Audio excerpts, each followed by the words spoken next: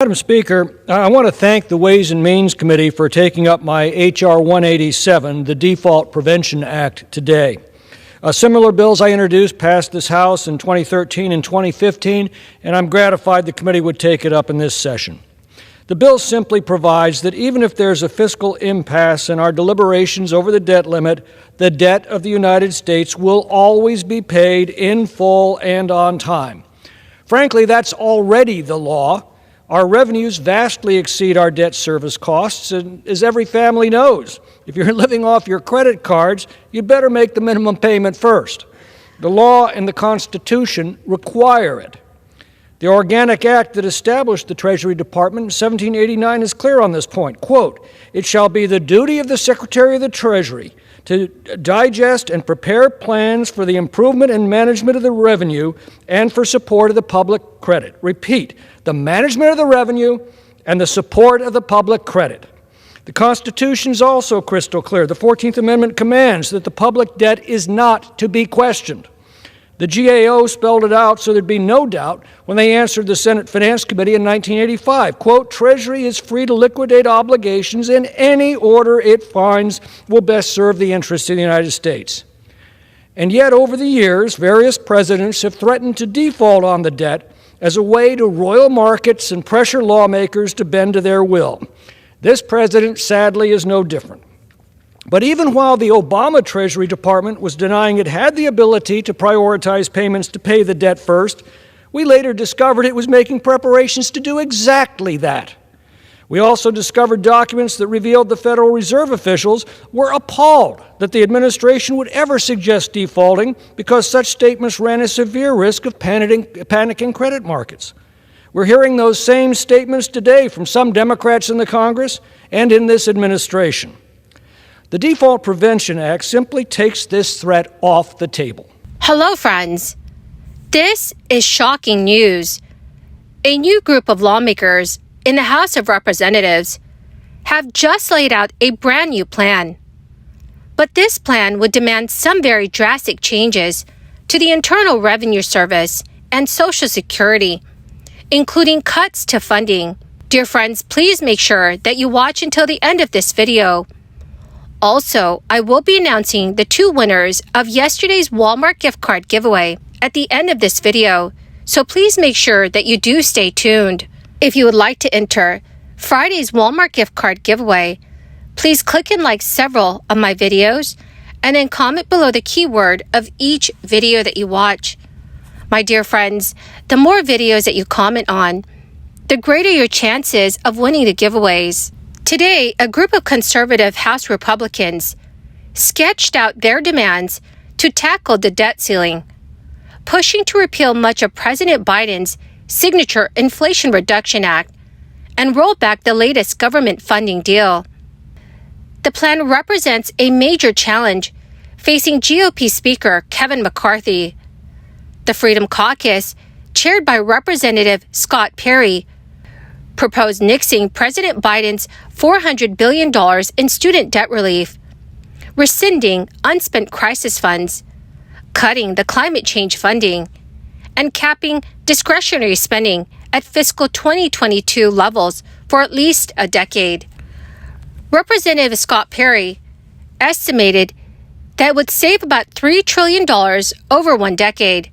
The group said in a one-page plan, it would consider voting to raise the debt ceiling, contingent upon the enactment of legislation, along with the passage of deregulation bills like the REINS Act and adding work requirements for welfare. But Republicans gave no indication they would write their own bill, representing the Freedom Caucus vision, raising questions about whether their effort will get off the ground at all. Representative Perry said, "The ideas have already been unveiled in various bills." The Freedom Caucus plan represents the views of most right-leaning House members. It is far from clear whether Senator McCarthy would endorse the plan, let alone find the votes to pass it under the slim Republican majority. The Treasury Department has said that Congress has until June 5, 2023, to avoid a debt default that would have catastrophic consequences for the U.S. economy. The Congressional Budget Office projects the deadline to be between July and September of this year. But Representative Perry did not say how much Congress should raise a debt ceiling by if it were to adopt his plan. He said, "I don't know what it should be. I'm not the one requesting a debt ceiling increase." House Republicans are split about the way forward. Among them is Representative Ralph Norman, who vowed they are going to get the 218 votes to pass a conservative plan. But others want to pre-negotiate a bill with Democrats, who have demanded a clean debt ceiling increase with no strings attached. Representative Brenda Boyle, the ranking member of the Budget Committee, has recently told CNBC News, "This would slash and hurt our economy.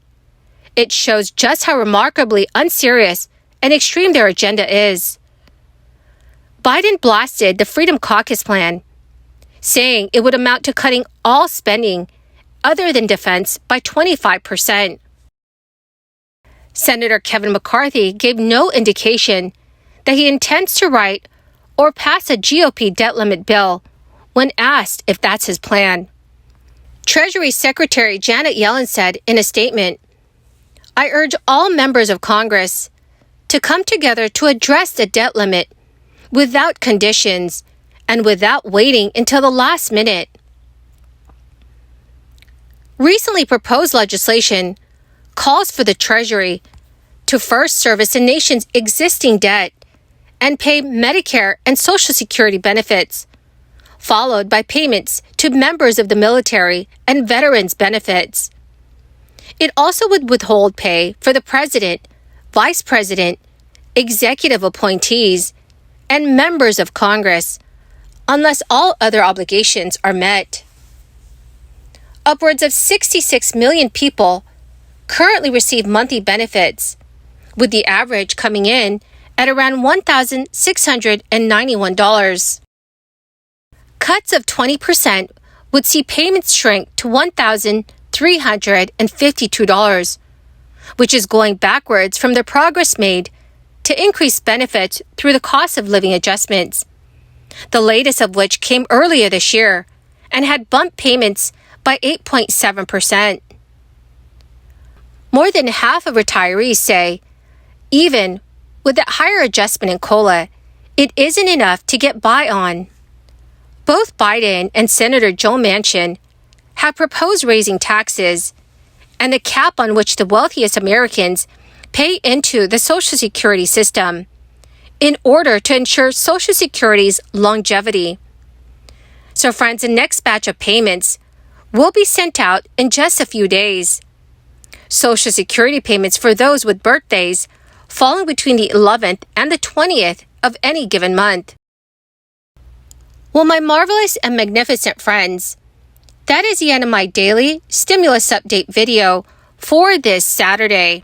Thank you, dear friends, for being part of this community and for joining me here every single day. The two winners of yesterday's Walmart gift card giveaway is Mike Cole and Eric Mudd. Congratulations, my friends! To claim your gift card, please check your notifications page and send me a message, or you can message me on my Facebook page. Remember, friends, I will be announcing two winners next Friday. If you'd like to enter the weekly giveaways, simply click and like several of my videos and then comment below the keyword of each video that you watch. My friends, the more videos that you comment on, the greater your chances of winning the weekly giveaways. Thank you and have a wonderful and very blessed weekend.